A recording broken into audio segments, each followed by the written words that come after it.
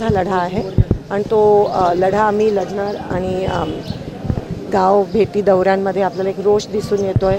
कारण का एक प्रकारे मागच्या 10 वर्षात सोलापूरकरांचा विश्वासघात झाला आहे. जे काही वचन दिलं होतं 15 लाखाचं असेल, एअरपोर्टचं असेल, ते काही होऊ शकलं नाही. सोलापुरात पाण्याचं नियोजन असेल आणि म्हणून लोकांना आज साथ ही काँग्रेस पक्षाची, महाविकास आघाडीची हवी आहे आणि ते तो विश्वास त्यांना देण्यासाठी आम्ही गावभेटी दौरा करतो.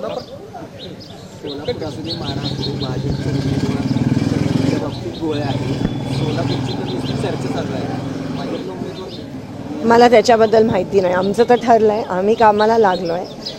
त्यांचं काय होत आहे ते मला असं वाटतं तुम्ही त्यांच्या कॅम्पला विचारलं तर तुम्हाला मला काय माहिती. तुम्ही आता गावगाव दौरा करताय, अनेक ठिकाणी मराठा आंदोलन करतायत, आता कोकणात पण घोषणाबाजी करतायत, विरोध होतो वाढतोय.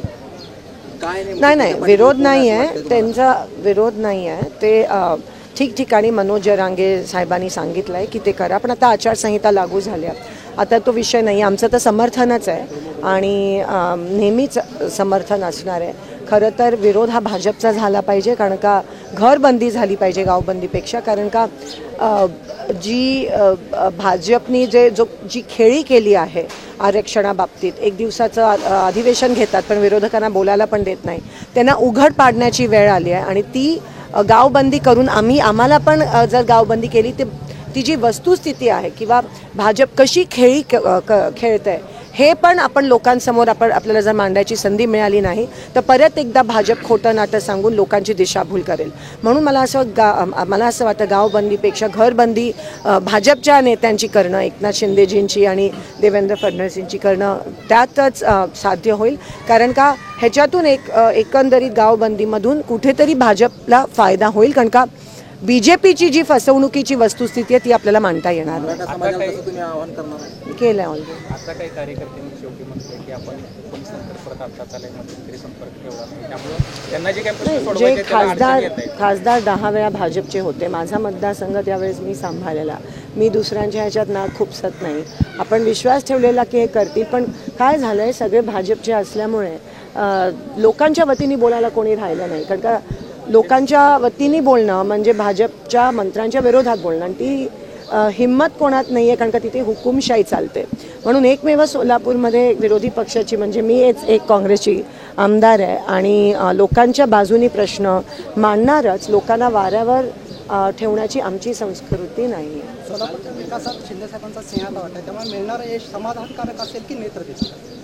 100% शिंदेसाहेबांनी खूप विकास सोलापुरात केला आहे. भाजपला तसं बघितलं तर 25 वर्ष सत्ता होती, त्यांचे 25 वर्ष खासदार होते, त्यांनी फारसं काहीच केलं नाही. मागच्या 10 वर्षात पण लोकांनी आषाढ भूतेंनी त्यांच्याकडे बघून त्यांना एवढं भरघोस मतदान केलं, तरी खूप मोठ्या प्रमाणात लोकांचा विश्वासघात भाजप. शिंदेसाहेबांचा 2 वेळा या मतदारसंघात पराभव झाला होता, आता तुम्ही तिसऱ्यांदाच आजमावतोय नशीब, तर काय तुम्हाला आव्हान वाटतं किंवा कुठले मुद्दे तुम्ही आता प्लस पॉईंट देतं की आम्ही निवडून येऊ शकते असं? नाही, लोकांचा एकंदरीत रोष भाजपवरचा तो दिसून येतो आहे. कारण का ना महागाई कमी झाली, ना रोजगार 2 कोटीचे मिळाले. आज तुम्ही दुष्काळ परिस्थिती बघा सोलापुरात, पाण्याचं साधं नियोजन हे लोक करू शकले नाही. आणि हे सगळं काँग्रेस असताना तुलनात्मक लोकांनी 2 दिवस बघितले, लोकांना कळून चुकलं की काँग्रेस असताना ही सगळी कामं व्हायची. जे तळागाळातल्या शेतकऱ्यांची कामं असतील, गोरगरीब युवकांची कामं, ती काँग्रेसच्या काळात झाली. आज रेशन दुकान सगळी ओस पडलेत, सिलेंडर 300 रुपयाचं 1300 झालं आणि ह्या लोकांना कळून चुकले. लोकांना आता भाजप वेड्यात काढू शकत नाही. 2019ला मोदीच्या गॅरंटीची वॉरंटीच नाही राहिली. 2019ला वंचितमुळे शिंदेसाहेबांचा पराभव झाला.